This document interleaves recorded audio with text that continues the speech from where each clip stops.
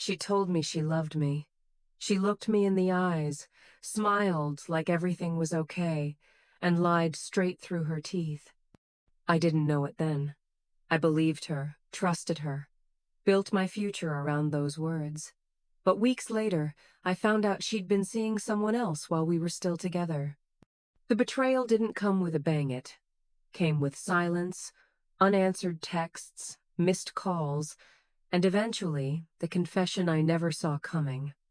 "I need space," she said one evening, eyes distant. Space. That was the word she chose instead of honesty.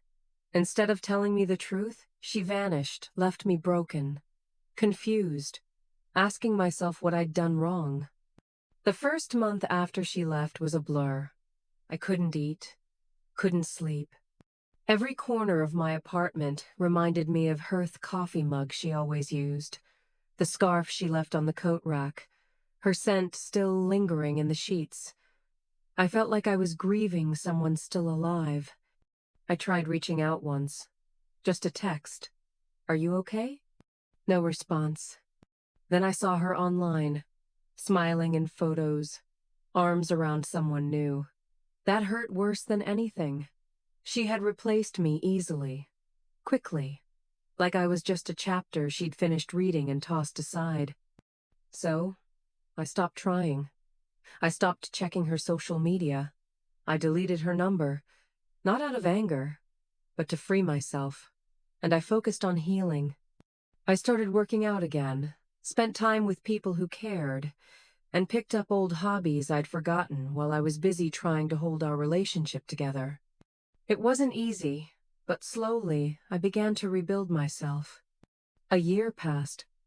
Then, one quiet Sunday afternoon, my doorbell rang. I wasn't expecting anyone. When I opened the door, there she was. She looked exactly the same, but smaller somehow. Her eyes, once so full of fire, now looked tired and sad. In her hand, she held a small ring box. "Hey," she said softly. I didn't say anything. I just stepped aside and let her in. She stood in the middle of the room like she didn't recognize it anymore. Like the space we used to share now belonged to someone else, which, in many ways, it did. "I was stupid," she began. "I thought I wanted something new, something exciting. But all I found was noise. People who didn't care. Nights that meant nothing. I kept looking for something real, and didn't realize I had already lost it."